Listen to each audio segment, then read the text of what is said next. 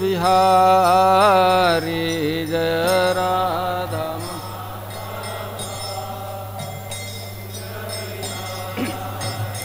जय राधा माधव कुंज बिहारी जय राधा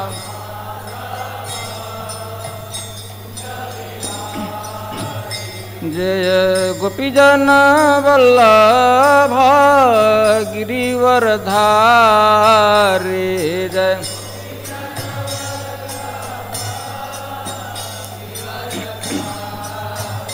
जय गोपीजन वल्लभ गिरिवरधारी जय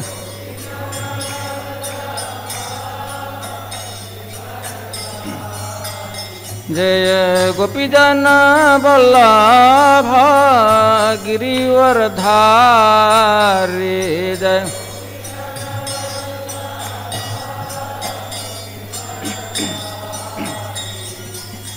यशोदानंदन ब्रज जनरंजन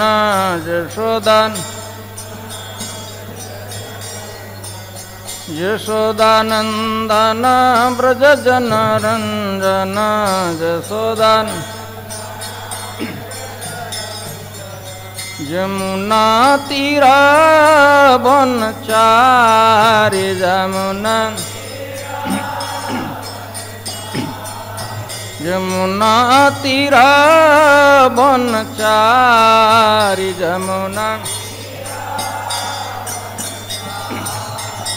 जय राधा माधव कुंज बिहारी जय राधा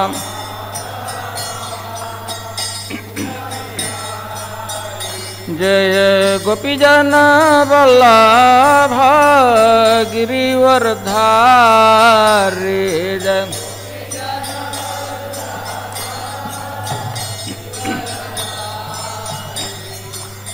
यशोदानंदन ब्रज जनरंजन यशोदानंद यमुना तीरा बनचारी यमुना यमुना तीरा बनचारी यमुना जय राधा माधव कुंज बिहारी जय राधा माधव हरे कृष्णा कृष्ण कृष्ण हरे हरे हरे राम राम राम हरे हरे हरे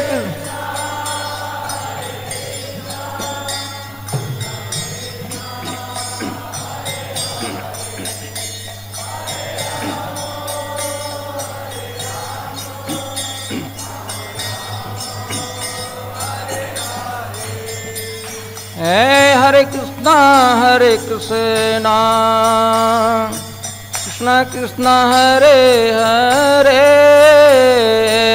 हरे राम राम राम हरे हरे हरे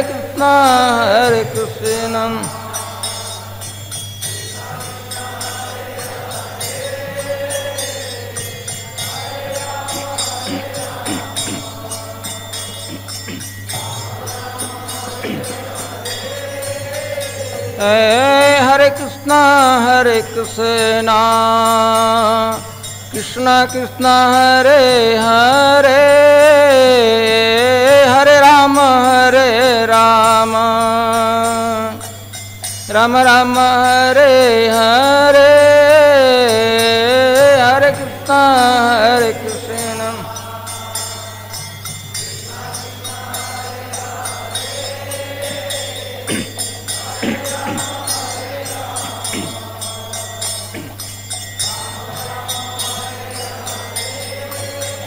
हरे कृष्णा कृष्णा कृष्णा हरे हरे, हरे राम राम राम हरे हरे, हरे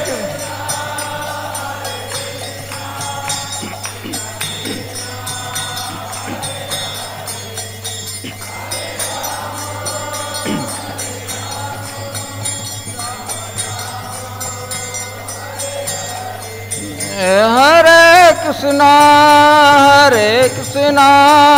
कृष्णा कृष्णा हरे हरे, हरे राम राम राम हरे हरे, हरे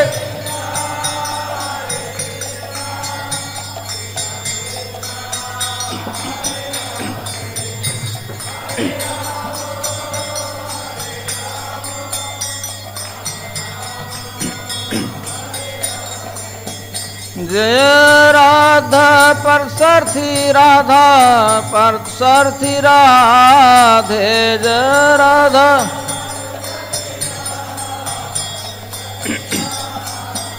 जय सीताराम जय लक्ष्मण हनुमान, सीताराम जय लक्ष्मण हनुमान,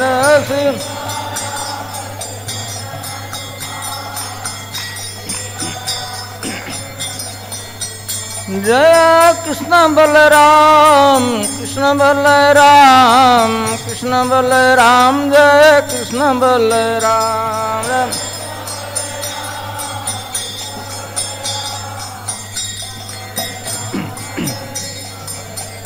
जय राधा श्याम सुंदर राधा श्याम सुंदर राधे, जय राधा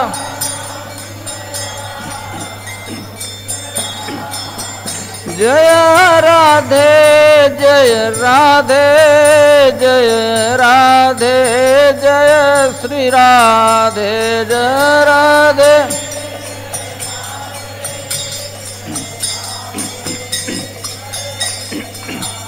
जय गौरनिताय जय गौरनिताय गौरनिताय, जय गौरनिताय,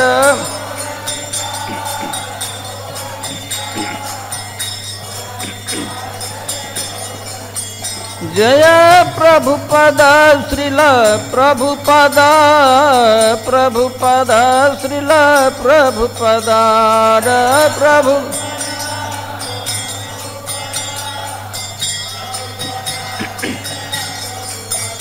हरि बोल हरि बोल हरि बोल हरि बोल, निताय गौर हरि।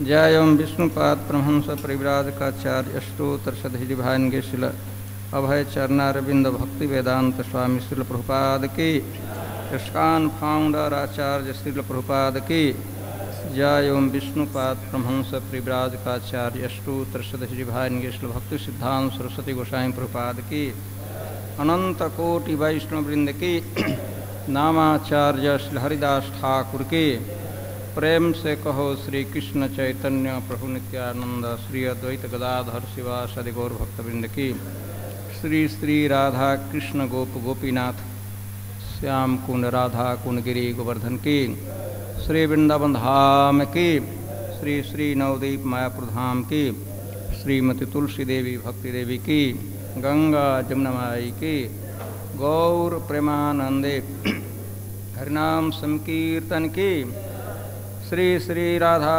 पारसारथी जी की, श्री श्री सीताराम लक्ष्मण हनुमान जी की, श्री श्री गौर निताय की, श्रील प्रभुपाद की, all glories to assembled devotees, all glories to assembled devotees, all glories to assembled devotees, all glory all good Guru Gauranga की जय, श्रील प्रभुपाद की जय।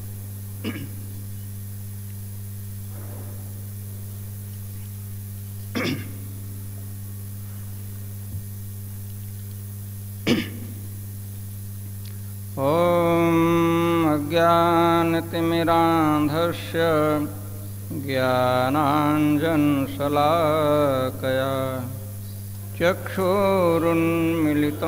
येन तस्मै श्रीगुरवे नमः। श्रीचैतन्यमनोभीष्टं स्थापितं येन भूतले स्वयं रूपः कदा मह्यं ददाति स्वपदान्तिकं। वन्देऽहं श्रीगुरुः श्रीयुतपदकमलं श्रीगुरुन् वैष्णवांश्च श्रीरूपं साग्रजातं सहगणरघुनाथान्वितं तं सजीवं साद्वैतं सावधूतं परिजनसहितं कृष्णचैतन्यदेवं श्रीराधाकृष्णपादां सहगणललिता श्रीविशाखान्वितां स। हे कृष्ण करुणा सिंधु दीनबंधो जगत्पते गोपेश गोपिकाकान्त राधाकान्त नमस्तुते। तप्तकाञ्चन गौरांगी देवृन्दावनेश्वरी वृषभानुसुते देवी प्रणमामि हरिप्रिये। नमो महावदान्याय कृष्णप्रेमप्रदायते कृष्णाय कृष्णचैतन्य नाम्ने गौरत्विषे नमः। वाञ्छाकल्पतरुभ्यश्च कृपासिन्धुभ्यैव च पतितानां पावनेभ्यो वैष्णवेभ्यो जय श्री कृष्ण चैतन्य प्रभु नित्यानंद श्री अद्वैत गदाधर श्रीवासादि।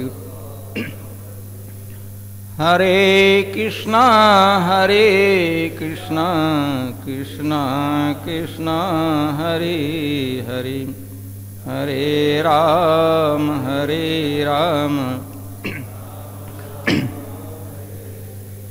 नारायणं नमस्कृत्य नरं चैव नरोत्तमं देवीं सरस्वतीं व्यासं ततो जयमुदीरयेत्। नष्टप्रायेषु भद्रेषु नित्यं भागवत सेवया भगवती उत्तमश्लोके भक्तिर्भवति न। ॐ नमो भगवते वासुदेवाय।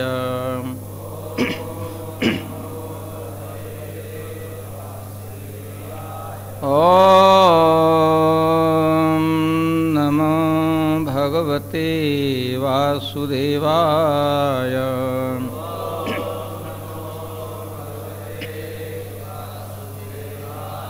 ॐ नमो भगवते वासुदेवाय।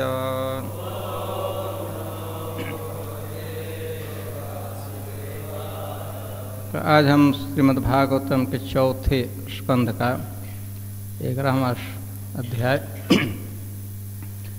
अध्याय का नाम है युद्ध बंद करने के लिए ध्रुव को स्वयंभुव मनु की सलाह। श्लोक संख्या हम 32 पढ़ेंगे। कृपया करके मेरे पीछे आप दोहराइएगा।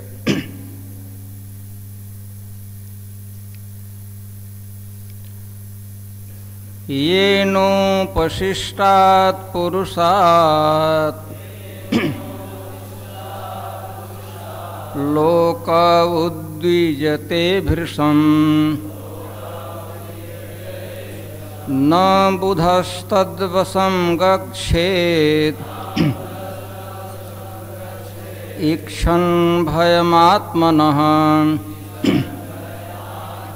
येनोपसृष्टात् पुरुषात् लोक उद्विजते भृशम् न बुधस्तद्वशं गच्छेत् ईक्षण भयमात्मनः येनोपसृष्टात् पुरुषात् लोक उद्विजते भृशम् न बुधस्तद्वशं गच्छेत् ईक्षण भयमात्मनः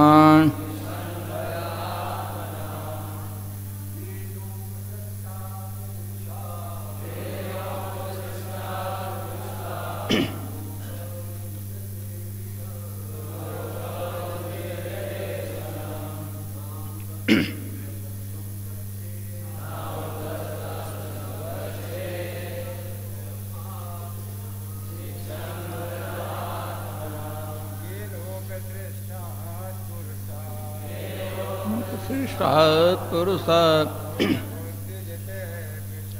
लोक उद्विजते भृशम् न बुधस्तद्वशं गच्छेत् ईक्षण भयमात्मनः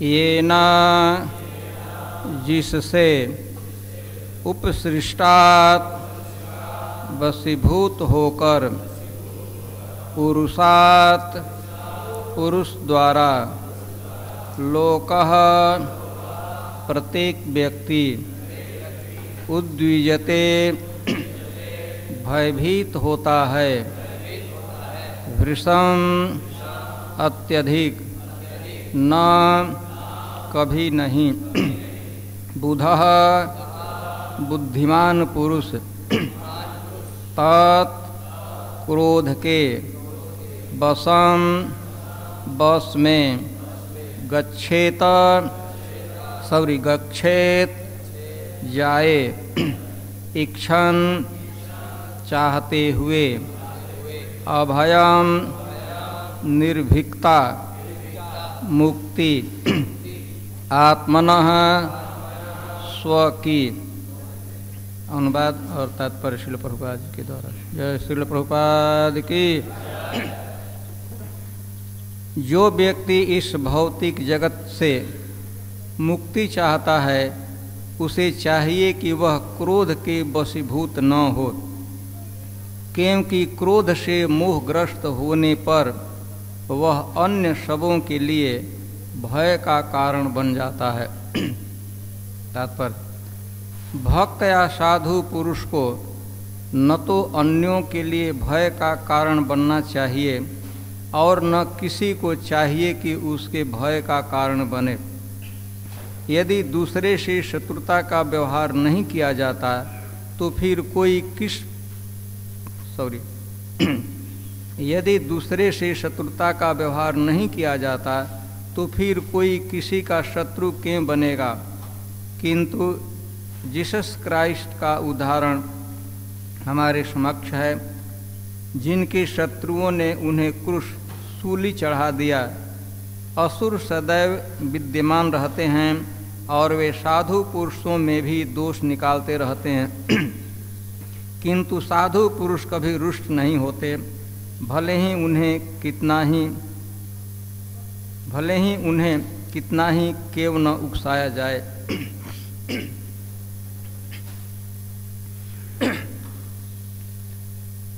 येन उपशिष्टात् पुरुषात् लोकः उद्युज्यते भृशम्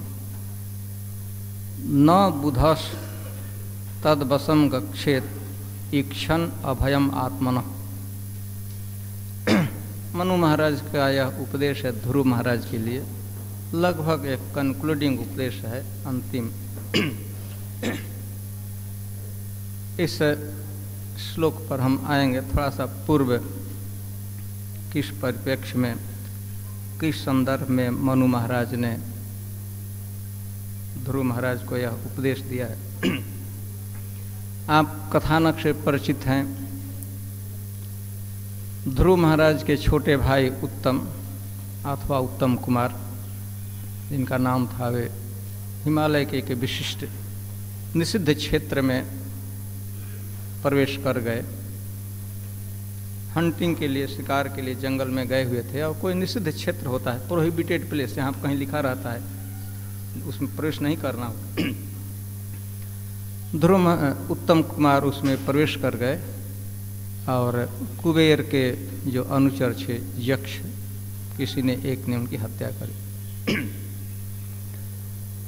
जब उत्तम कुमार की, ध्रुव महाराज के भाई की, छोटे भाई की हत्या हो गई, जब यह बात ध्रुव महाराज को पता लगा तो ध्रुव महाराज मैत्रेय मुनि कहे हैं, बिल्कुल अभिभूत हो गए।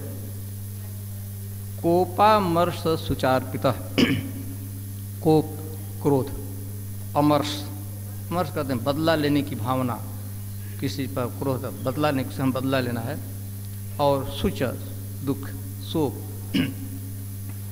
ध्रुव महाराज जब ही यह बात सुने कि हमारे भाई की हत्या यक्षों ने कर दिया है, कुबेर के अनुचर ने कर, उसी समय वे कोप, क्रोध, अमर्ष, अमर्ष मतलब बदला लेने की हमारे जो भावना होती है किसी के, बोल अमर्ष कहते हैं, और सूच दुख, शोक से उनका हृदय। यह एक विचारणीय प्रश्न है कि यह ध्रुव महाराज के लिए, ध्रुव महाराज जैसे महान व्यक्ति के लिए उचित था कि नहीं। क्रोध भी हुआ, अमर्ष भी हुआ और दुख भी हुआ। प्रभुपाद जी जहाँ वह बात लिखे हैं, जहाँ वह श्लोक आया हुआ है, पूर्व के अध्याय में आया हुआ, आपसे विचार विमर्श किया हुआ आपने। एक भ्रांत धारणा है, प्रभुपाद जी कहते हैं, भक्त को क्रोध या ईर्ष्या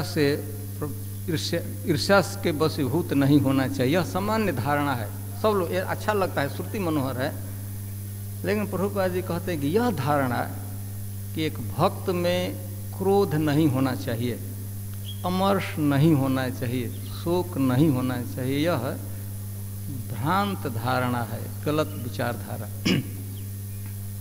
यह आइडियोलॉजी कि भक्त में क्रोध नहीं होना चाहिए, हम लोग जानते हैं, ट्रेडिशनल यही जानते हैं कि भक्त को क्रोध नहीं होना चाहिए।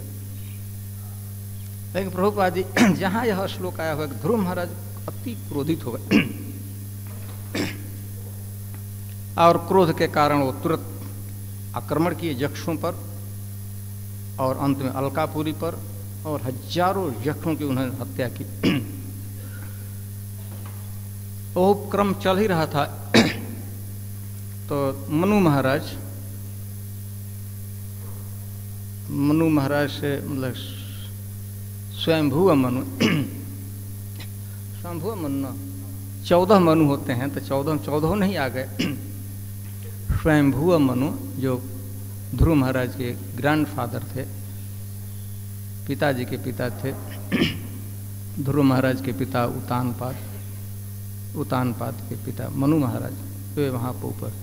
मनु महाराज ने यह अप्रिशिएट नहीं किया अब कि ध्रुव महाराज जो कृत्य कर रहे हैं।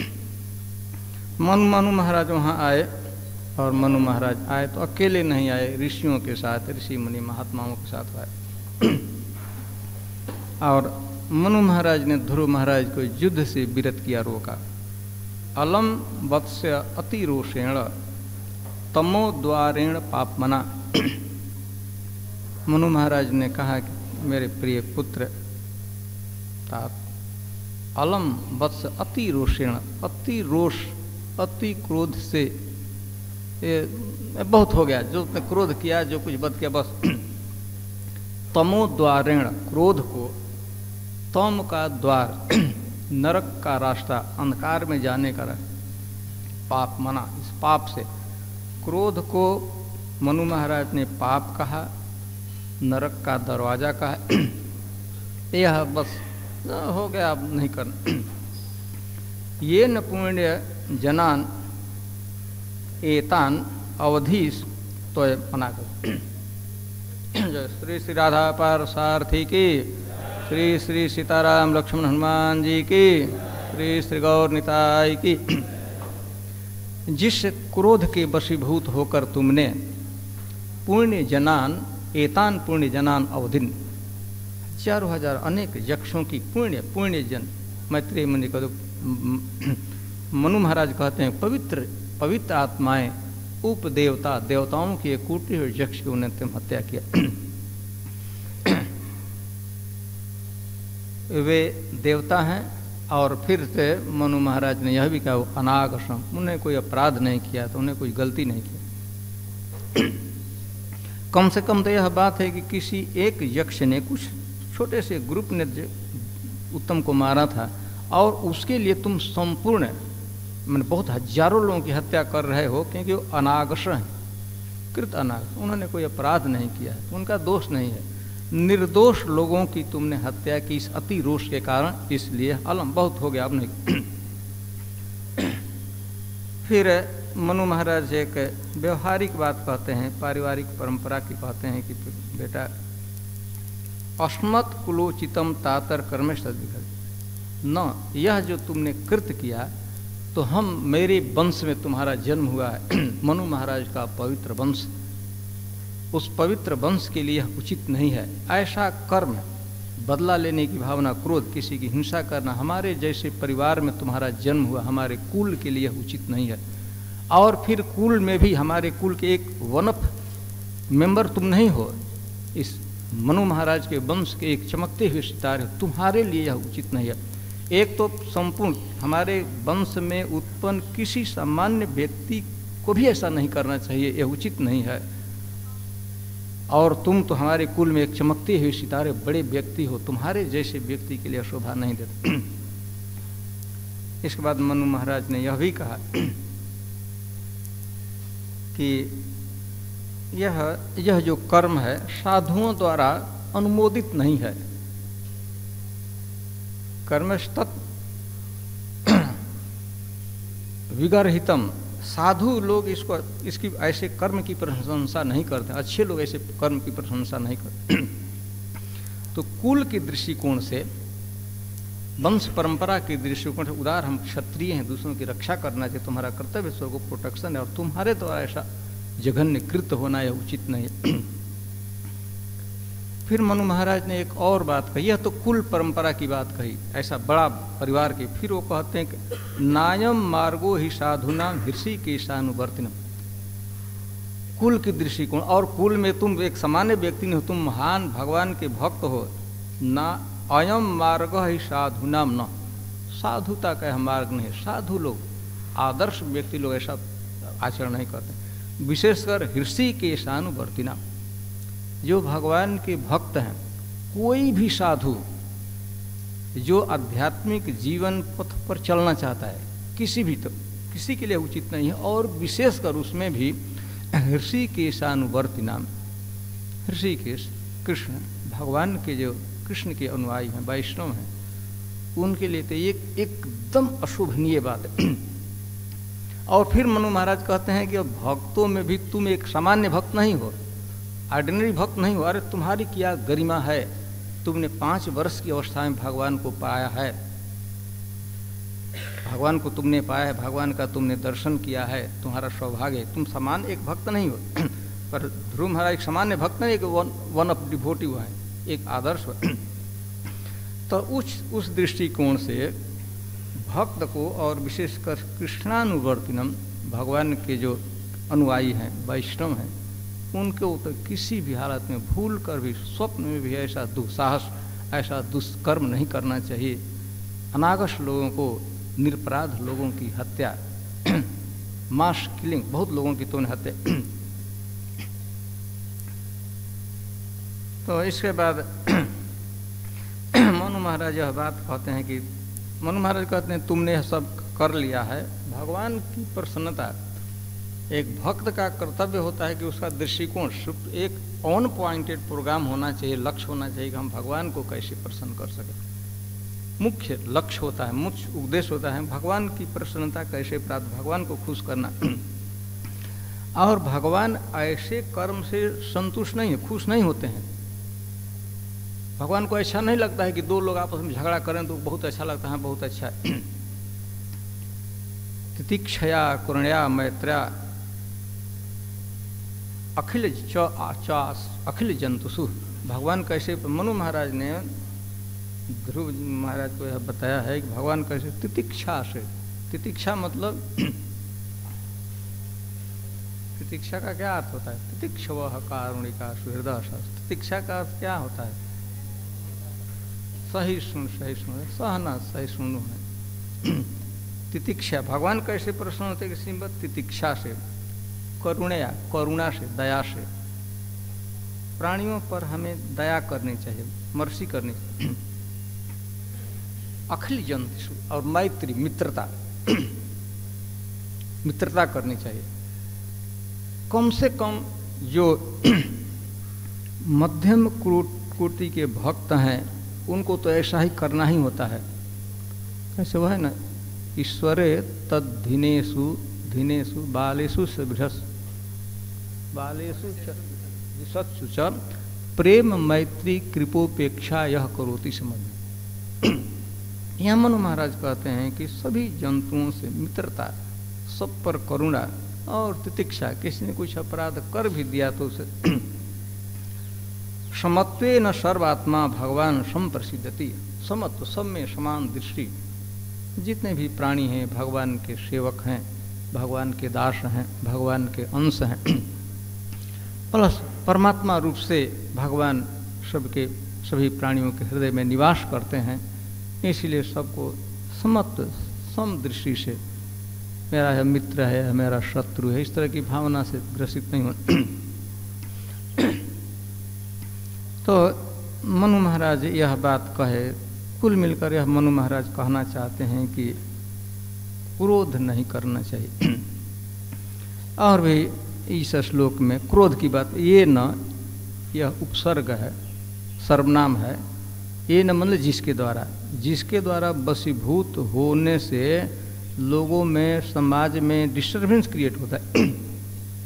यदि कोई भी व्यक्ति जिस पुरुष को क्रोध के वशीभूत होता है तो क्रोध से समाज में शांति सुव्यवस्था नहीं कायम होती है। लोकः उद्योजते भृशम, डिस्टर्बेंस कायम हो जाता है क्रोध से। इसीलिए मनु महाराज है कि न बुधस तद्वशम गच्छेत, श्लोक में है दूसरे न, इसलिए नहीं। बुधा, बुधा मतलब बुध का क्या अर्थ होता है? आज बुधवार है ना। आज बुध का क्या अर्थ होता है? बुद्धिमान, विद्वान। न बुधस तद वशम गच्छ, इसीलिए किसी बुद्धिमान पुरुष, मूर्ख लोग पुरोहित हो जाते हैं, वो चल सकता है। लेकिन विद्यमान बुद्धिमान व्यक्ति को, बुद्धिमान को तद वशम न गच्छेत, कभी भी क्रोध के वश में नहीं होना। और फिर मनु है अभयम इक्षण आत्मा, जो संसार से मुक्ति चाहता है, चाहे अपने व्यक्तिगत लेवल चाहता है कि हम भय से मुक्त हों, फियरलेसनेस हम में, हम किसी से हमको भय न हो, भय से मुक्त होना चाहते हैं। आप लोग जानते हैं भगवान भगवत गीता में जब दैवी गुण की चर्चा करते हैं तो पहला यह गुण है अभयम सत्व संशुद्धि, अभय फियरलेसनेस। किसी परिस्थिति से, किसी व्यक्ति से, किसी परिवेश से हमको भय नहीं होना चाहिए। यदि हम निर्भय होना चाहिए, निर्भयता की स्थिति पर आना चाहिए, तो हमें भूल कर भी स्वप्न में भी दूसरों को दुख नहीं देना चाहिए। न बुधस्तद वशम गच्छेत इक्षण अभयम आत्मन, यदि हम अपना अभय चाहते हैं, हम चाहते हैं कि सुख शांति से किसी प्राणी से द्रोह न। तो इसमें यह बात आई है कि हमें ऐसा कोई आचरण नहीं करना चाहिए जो दूसरों को दुख हो, हमेशा कुछ ऐसा व्यवहार नहीं हो जाना चाहिए, हमेशा शब्द का उच्चारण नहीं कर देना चाहिए कि दूसरे का दिल दुखे अननेसेसरी, मैंने किसी का दिल दुखे, ऐसा आचरण हमको नहीं करना है। हमें क्रोध के, लेकिन इस परिप्रेक्ष्य को याद रखिएगा कि एकदम इस प्रसंग के बिगिनिंग में श्रील प्रभुपाद जी कहते हैं कि यह भ्रांत धारणा है कि एक भक्त में क्रोध नहीं होना चाहिए। इसको भी ध्यान रखना चाहिए। यहाँ बातें कही गई कि एकदम न बुधस्तद तद वशम गच्छेत इक्षण अभयात्म, अभय चाहता है तो कभी भी उसको दूसरे से द्रोह नहीं करना चाहिए। भगवान भगवत गीता में, क्योंकि हम क्रोध करते हैं तो समाज में डिस्टर्बेंस होता है, और ये डिस्टर्बेंस जिसके द्वारा होता है उसको भगवान ने अप्रिशिएट नहीं किया। गीता का यस्मान नो द्विजते लोको लोका नो द्विजते से, हम लोगों को ऐसा आचरण नहीं करना, ऐसा नहीं उटपटांग काम करे कि डिस्टर्बेंस क्रिएट हो जाए, चाहे छोटे लेवल पे चाहे बड़े लेवल पे, पर्सनल लेवल पे कलेक्टिव, हमेशा कुछ आज नहीं करना चाहिए क्रिएट। और इसके साथ हमें यह भी सावधान रहना चाहिए कि दूसरे लोग डिस्टर्बेंस क्रिएट करने का प्रयत्न करेंगे तो हमें भी डिस्टर्ब नहीं होना चाहिए, हमें दूसरों को उद्विग्न नहीं करना है और दूसरों के आचरण से उद्विग्न भी नहीं होना चाहिए। तो इससे जगत का हमारे तरफ से तैयारी वन व्यवहार है। हम यदि वास्तव में अहिंसा प्रतिष्ठित हो जाता है किसी योगी में, किसी भक्त में अहिंसा के चरम सीमा पर आ जाता है, प्रतिष्ठित हो जाता है अहिंसा के लेवल पर, तो उसकी यह स्थिति होती है कि कोई भी प्राणी उसे द्रोह नहीं करता है। षड गोस्वामियों के धीरा धीर जन प्रिय करो, जब हम अहिंसा के लेवल पर प्रतिष्ठित होते हैं तो हमसे कोई द्रोह नहीं करेगा। यहाँ तक बहुत क्रूर भावना लेकर हमारे संपर्क में आएगा लोग, तो वह भी उसमें वह क्रूर भावना मिट जाती है। यह होना चाहिए सैद्धांतिक को, लेकिन व्यवहार में देखा गया है कि बड़ी बड़ी घटनाएं घटी हैं। श्रील प्रभुपाद जी यहाँ जीसस क्राइस्ट, ईसा मसीह का नाम लेते हैं इस तात्पर्य। ईसा मसीह एक महात्मा थे, धर्मात्मा थे, किसी का उन्हें अहित कभी नहीं चाहा, लेकिन बदले में क्या किया गया, उनको एकदम सूली पर चढ़ा दिया जाए, क्रूसिफाई कर दिया, मार दिया।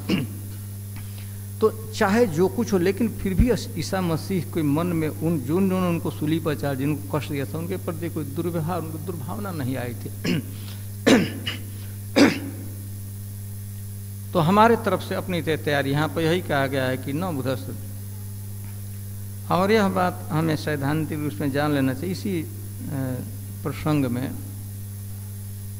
हमें किसी की के दुख नहीं देना चाहिए। स्वयं ध्रुव महाराज की माँ ने भी कहा है, माँ मंगलम तात परेशु मांसा, कैसे श्लोक पूरा होता है, माँ मंगलम तात परेशु मांसा भुंगते जनोयत प्रदुख दस्तक। सुनीति ने यह बात कही है कि बेटा कि ध्रुव महाराज के मन में अपने पिता के प्रति और अपनी सौतेली माँ के प्रति आक्रोश था, क्योंकि उनको पिता के गोद में बैठने नहीं दिया गया था। पिता के प्रति भी आक्रोश था, माँ के प्रति, सौतेली माँ के प्रति आक्रोश था। तो उसका निराकरण करते हुए कहा, माँ मंगलम तात परुषमत है, मेरे प्रिय पुत्र ध्रुव, कभी भी किसी का अमंगल नहीं सोचना चाहिए कि तुम मत सोचो। अपनी सौतेली माँ के का अमंगल मत सोचो, अपने पिता का भी अमंगल, उसे प्रति आक्रोश मत, उनको दुख देने की भावना मत, क्योंकि भुगते जनहयत पर दुख दष्ट। यदि कोई व्यक्ति हमारे जीवन में कोई सुख अथवा दुख है तो दुख हमको कहाँ से मिलता है? हमने यदि किसी को दुख दिया है तो वही हमको भोगना पड़ता है। हम लोग चाहे सुख अथवा दुख हमको किसी को मिल रहा है तो सुख कैसे मिला? यदि आपने किसी को सुख दिया है तभी वह सुख आपको मिलने का। जो हमने दिया है हमको वही मिलता है। कभी कभी मल्टीप्लाई होकर मिलता है, दूसरी बात है। लेकिन आप जो देते हैं हम लोग, यदि हमने किसी को दुख दिया है तब हमको क्या मिलेगा? वही दुख लौट कर आता है। जैसे ना बाउंस होता है, जब फेंकते हैं तो उधर से कभी लौट आता है। तो यहाँ कहते कि भुगते जन यत पर दुख दशत, प्रत्येक व्यक्ति जो दूसरे को देता है वही उसको मिलता है। यदि हमने दुख दिया है, हमने किसी का तिरस्कार किया, हमने किसी का अपमान किया, तो वही हमारे डायरेक्शन में आएगा। हमने किसी का सम्मान किया, हमने किसी को सुख दिया है, उसने सत्कार किया है, तो हमारे डायरेक्शन में वही है। भुगते जनो यद पर दुख दस्तत, हम लोग दूसरे को जो दिए हैं वही हमको मिलता। हम किसी से ले लिए हैं वो हमको नहीं मिलता है, वो मिलने वाला भी नहीं। हमने किसी को भी दिया है तो वही हमको। इसीलिए विद्वान व्यक्ति को किसी भी कीमत पर दूसरे से द्रोह नहीं करना, बस नहीं। तो हम उसमें भी विचार करते हैं, लेकिन ऐसी कुछ फुलिशनेस भी नहीं करना चाहिए कि दुनिया के लोग उसका अनुचित लाभ उठाएं। कभी कभी क्रोध की आवश्यकता होती है, उस समय क्रोध करना ही चाहिए। ध्रुव महाराज ने क्रोध किया। यहाँ पर इसके पूर्व के श्लोक में बताया गया है कि उन्होंने एक सीमा का अतिक्रमण किया। क्रोध किया कोई गलत बात नहीं थी, क्योंकि राजा हैं, क्षत्रिय हैं, उनके भाई की मृत्यु हुई तो परिशोध होना ही चाहिए, लेकिन एक सीमा तक होना चाहिए था। उस सीमा का अति रोष, इसलिए मनु महाराज ने कहा कि अलम अति रोष तुम्हारा हो गया। अरे जिसने तुम्हारे भाई को मार दिया था उसको मार देते, चलता है एक दो लोगों को, अब नहीं कि पूरे नगर के नगर साफ कर दिया एक व्यक्ति की गलती के। इन सामान्य रूप से ऐसा व्यवहार तुम्हें नहीं करना चाहिए। इससे समाज में डिस्टर्बेंस क्रिएट होता है क्रोध से। लोकः उद्विजते भृशम, कोई क्रोधित होता है तो कुछ न कुछ खुरफात करेगा ना।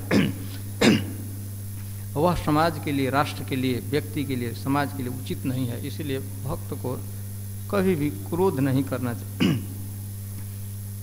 कल का श्लोक आप पढ़े होंगे, यह उपदेश नारद जी ने एक सर्प को दिया था। पढ़े थे ना, कल क्लास में थे ना आप लोग। नारद जी ने एक सर्प को उपदेश दिया कि भैया इन्वियस होकर तुम काटते हो, दुख दिया, ऐसा नहीं करना चाहिए। तो सर्प ने व्रत लिया कि अब हम किसी को दुख नहीं देंगे एकदम। लोगों को पता लगा कि सर्प ने तो भाव ले लिया, संकल्प ले लिया है, प्रतिज्ञा ले लिया है कि अब किसी को काटेगा नहीं। तो लोगों को अच्छा होना चाहिए कि लोग आदर करते, थोड़ा दूध पिलाते कि भाई चलो सांप नहीं काटता है। लेकिन दुनिया का स्वभाव ऐसा है, जगत ऐसा है, भयावह है, यहाँ का प्रकृति में ऐसा है, माया जगत में। अब उसको सताना, किस लिए सताना है? क्योंकि वो दूसरे को दुख नहीं देगा, ऐसा था। जब उसमें काटने का प्रयास कर कोई सामने नहीं जाता था, लेकिन अब उसको सताओ, ढेला। प्रभुपाद जी लिखे कल पढ़े हम लोग, उठा कर उसको अननेसेसरी पत्थर पर से मार। फिर भी बेचारा गुरु जी का आपको वचन दिया है पता नहीं अग्नि के सामने, यज्ञ के सामने, वैष्णव के सामने, चाहे किसी वचन तो दिया था कि ठीक है गुरु आज्ञा का पालन, गुरु आज्ञा नहीं कर। तो फिर से मिला, कैसा समाचार ठीक है ना, तो कहाँ बताएं कि हाँ और सब तो ठीक है, लेकिन इस व्रत से हमें कोई बहुत शांति नहीं मिल रही है। अहिंसा का जब सिद्धांत हमने अपना लिया तो लोग उसका अनावश्यक लाभ उठा सकता है। तो नारद जी ने बताया देख ठीक है काटना तो नहीं है लेकिन थोड़ा भय प्रदर्शित करो तो वैसा तो हमें भी समाज में ऐसे फुलिशनेस को इनकरेज नहीं किया गया है। अब क्रोध नहीं करना चाहिए, चाहे मंदिर में आकर कोई खुरफात करे, कुछ भी करो, हम तो महात्मा गांधी के अनुयायी हैं। कोई एक तमाचा मारता है तो एक गाल पर मारता है तो दूसरा इस पर भी मार लो, यह सिद्धांत मान्य है वैदिक में। जहाँ क्रोध की आवश्यकता है वहाँ क्रोध करना चाहिए, लेकिन अनावश्यक क्रोध का। और ध्रुव महाराज बात मान गए। ध्रुव महाराज ने कोई मनु महाराज से प्रतिकार नहीं किया कि मैं क्रोध करता हूँ, हमारे भाई का उन्हें हत्या करता, मैं नहीं मारूंगा। अथवा मनु महाराज भी नहीं उसको थपकाए, पीठ थपका दे, वेल डन, ठीक तुमने किया है, अरे मेरे ग्रैंडसन को उन्होंने मारा है, तुम भी मारो सब लोग, टीट फॉर टैट। ईंट की जवाब पत्थर से दो। मनु महाराज ने नहीं किया और ध्रुव महाराज ने प्रतिकार नहीं किया, वो मान ली। इस इंसिडेंट की इतना भारी इम्पैक्ट हुआ कि कुबेर जिनके हजारों लोगों की हत्या हुई थी वहाँ आए ध्रुव महाराज के पास।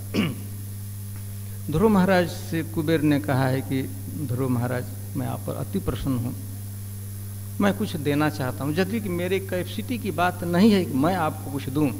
अरे आपने लक्ष्मीवती भगवान ने आपको दिया है, आप परम प्रसन्न हैं, उन्होंने दिया है, उनको आपने संतुष्ट किया है, तो मैं क्या दे सकता हूँ, लेकिन फिर भी मैं चाहता हूँ आपको कुछ देना, हमसे मांग लीजिए।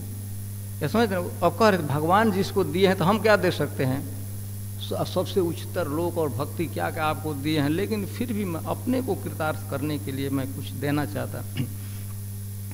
लेकिन ध्रुव महाराज की कितनी उदारता है, उन्होंने यही कहा कि हे कुबेर जी यदि आप कर सकते हैं तो मुझमें अस्खलिता कृष्ण स्मृति, मुझे निरंतर भगवान कृष्ण की स्मृति बनी रहे, वह स्मृति कभी खंडित न हो, वह प्रदान दीजिए। तो अच्छा, मतलब कि प्रारंभ तो कोई प्रिय नहीं है, लेकिन अंत में बड़ा सब लोग खुश हुए। मनु महाराज जी बहुत खुश हुए कि ध्रुव महाराज इतना उन पर अत्याचार हुआ था, भाई की मृत्यु हुई थी, लेकिन मेरे उपदेश उसने मान लिया, क्रोध त्याग दिया, युद्ध बंद कर दिया। और कुबेर जी भी उनके मन में भावना नहीं रही कि हमारे हजारों लोगों को इसने मारा है, वह पूरे प्रसन्न हुए।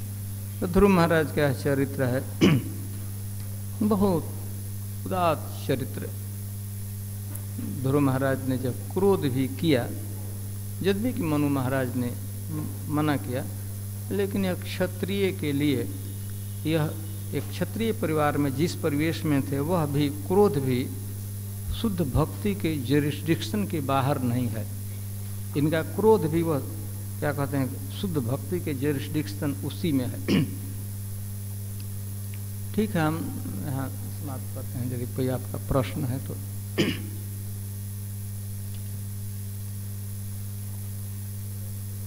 हरे कृष्ण। बहुत बहुत धन्यवाद महाराज।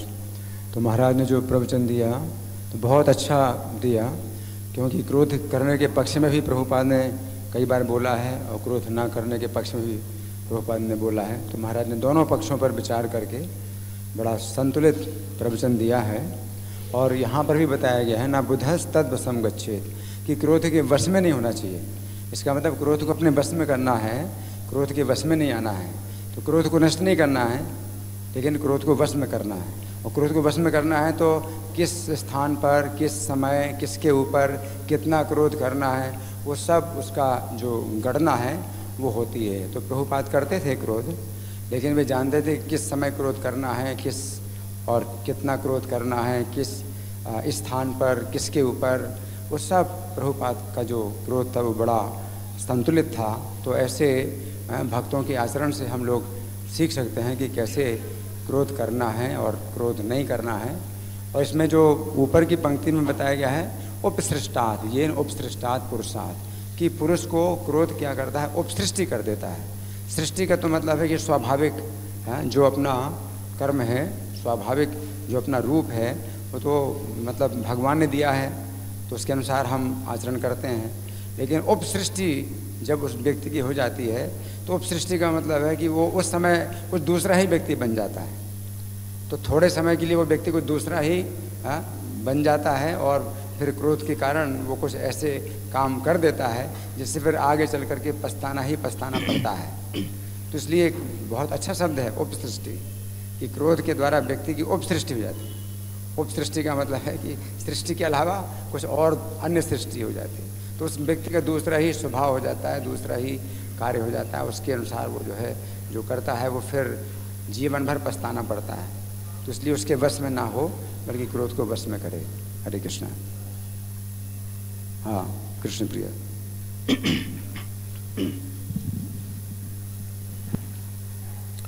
थैंक यू महाराज जी, धन्यवाद, बहुत अच्छा आपने एक्सप्लेन किया। और जैसे प्रभुपाद जी कह रहे हैं कि ये भ्रांत धारणा है, ये भ्रांत धारणा है कि साधु लोग क्रोध नहीं करते, ये धारणा जो है भ्रांत है, मतलब गलत है ये, जैसे आपने बताया, प्रभुपाद जी बता रहे हैं। तो एक तात्पर्य में, अब हमको एग्जैक्ट याद नहीं है, यही शब्द है कि एक भक्त को क्रोध अथवा अमर्ष नहीं होना चाहिए भक्त में। प्रभुपाद जी एकदम फ्रैंकली यह भ्रांत धारणा है। हमने केवल दोहराया, मतलब सच में हमको कल रात को आए हैं तो हमें जल्द में था कि हमको ऐसा ढूंढ ही निकालते कहीं ना कहीं से। हम अपने शब्द हो सकता है शब्दों की भिन्न, लेकिन यह बात प्रभुपाद ने अवश्य कही है कि यह कहाँ है, आप है ना, ये नहीं उठे, आप पूरा कर लीजिए प्रश्न। ठीक है, नहीं मैं ये इसके ऊपर पूछना चाहता हूँ कि जब जो साधु लोग जब क्रोध करते हैं, तो जैसे हम भगवद गीता में पढ़ते हैं कि ध्यायतो विषान पुंसा संगस्तेषु उपजायते संगात संजायते कामा कामात क्रोध उपजायते, तो उनका क्रोध भी काम से उत्पन्न होता है या किसी और चीज से उत्पन्न होता है वो क्रोध, जो साधु लोग क्रोध करते हैं? देखिए इस संदर्भ में थोड़ा सा विचार करें। अब इसमें भी एक जगह, अब वो भी हमको याद एग्जैक्ट नहीं है, ध्रुव महाराज ने क्रोध किया और क्रोध करके हजारों यक्षों को मारा। एक जगह इसी पे वर्णन है, अब कौन सा श्लोक हमें एग्जैक्ट याद नहीं, लेकिन तो वे लोग जो ऊर्ध्वरेता ब्रह्मचारी जिस हायर स्थिति को प्राप्त करते हैं, तो ध्रुव महाराज के हाथों जिनकी मृत्यु हुई थी उन यक्षों को इसे हायर पोजीशन में उका सूर्य लोक से ऊपर जो ऊर्ध्वरेता ब्रह्मचारी प्राप्त, तो जो यह इसीलिए हमको यह देखना होता है कि ऐसे साधारण नियम है कि हमें क्रोध नहीं करना चाहिए, और भक्तों में क्रोध देखा तो परिणाम कितना हुआ। ध्रुव महाराज अपात दृष्टिकोण से सुपरफिशियली हम देखते हैं तो क्रोध ही है ना, भाई की हत्या करे तो हम ही मारेंगे, सुपरफिशियली यह देखता है कि, परंतु ध्रुव महाराज ने जो क्रोध किया उसका फल क्या हुआ कि जो लोग मारे गए किसी कारण में वो लूजर नहीं बने। अब वो शब्द है ऊर्ध्वरेता ब्रह्मचारी जिस उच्चतर लोकों में उनका शरीर छूटा, तो वहाँ पर रूपा जी पुनः तात्पर्य में लिखते हैं कि यदि भगवान के हाथों अथवा भगवान के भक्त के हाथों किसी की मृत्यु होती है तो वह बहुत सराहनीय मृत्यु, ग्लोरियस डेथ है।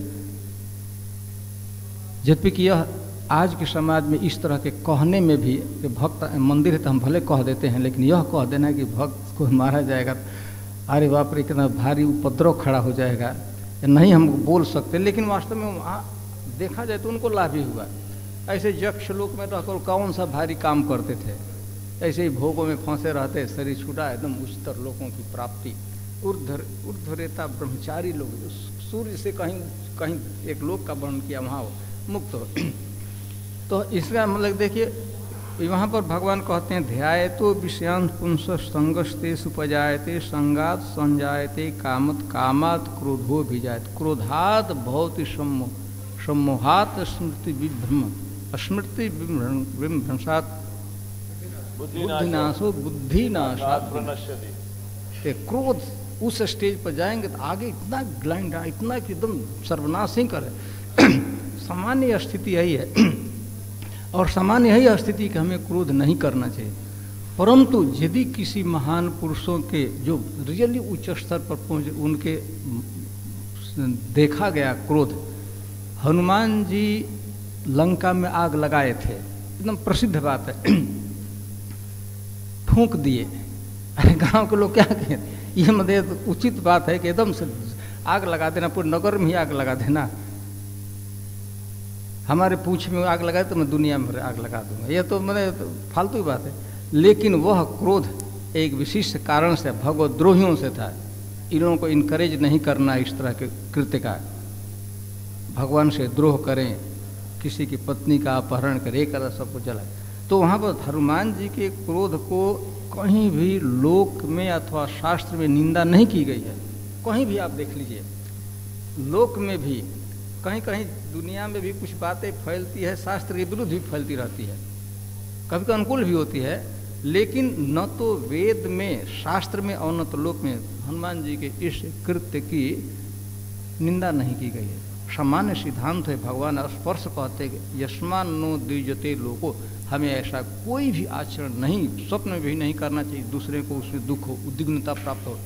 हमारी वाणी का प्रयोग नहीं होना चाहिए, किसी के दुख दिल के ठेस लगे, हमारा ऐसा कोई आचरण नहीं होना जाना चाहिए किसी को ठेस लगे, यह होना ही चाहिए। परंतु यदि रियली एकदम आवश्यकता पड़ ही जाए तो हमें क्या मतलब है कुछ भी हो रहा है, वह भी ठीक नहीं है। तो चूंकि ध्रुव महाराज ने क्रोध किया है, हजारों लोगों की हत्या किया, इस परिप्रेक्ष्य हम बातें कर रहे हैं, तो वह भी हमें ध्यान देना है कि यस्मानो द्विजते लोको लोकानो द्विजते से, दूसरे को डिस्टर्ब नहीं करना है और दूसरे के आचरण से डिस्टर्ब नहीं होना है वो जैसा।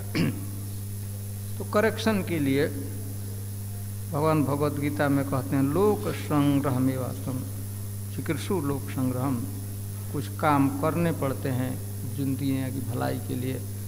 एक स्टैंडर्ड सेटअप हो कि दुष्कर्म को इनकरेजमेंट न मिले, नहीं तो यह दुनिया है ना। ऐसा आपको साधुता बरत रहे हैं लेकिन आप ऐसे सीमा तक मत बरतिए तो आपको अप्रिशिएट कोई करने वाला नहीं है, उससे लाभ उठाएंगे, तो वह नहीं होने देना चाहिए। नहीं तो हम ही न कारण पड़ेंगे दुनिया में अव्यवस्था चाहे अन्याय प्रतिष्ठित होने के लिए, इनजस्टिस प्रतिष्ठित होगा। हम क्योंकि टॉलरेट कर रहे हैं, सह रहे हैं, तो उस तरह के नहीं। तो हम इसीलिए हम शुरू में हम चूँकि इस पर स्पष्ट लिखा, इसी श्लोक पर हमें बोलना था, लेकिन हमें कुछ क्लिक कर रहा था कहीं, हम देख नहीं सके कि कहीं प्रभुपाद जी लिखे हैं कि यह भ्रांत धारणा है। प्रतिकार युद्ध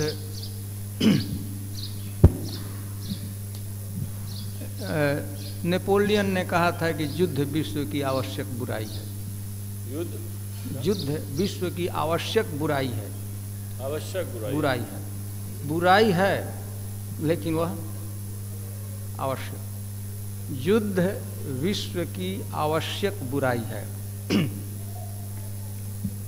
ये नेपोलियन, हालांकि वो पता नहीं गीता पढ़ा हुआ कि हम नहीं जानते हैं, उसे कहा कि कहाँ से, लेकिन उससे ही बात कही है कि युद्ध विश्व की आवश्यक बुराई है।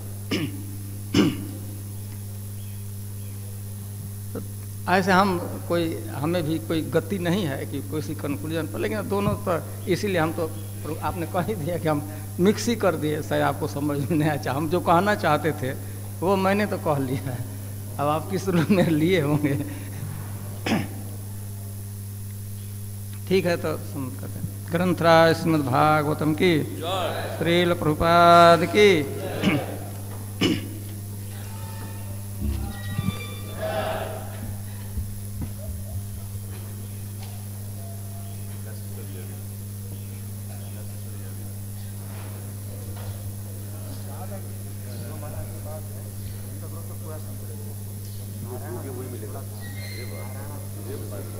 ये है।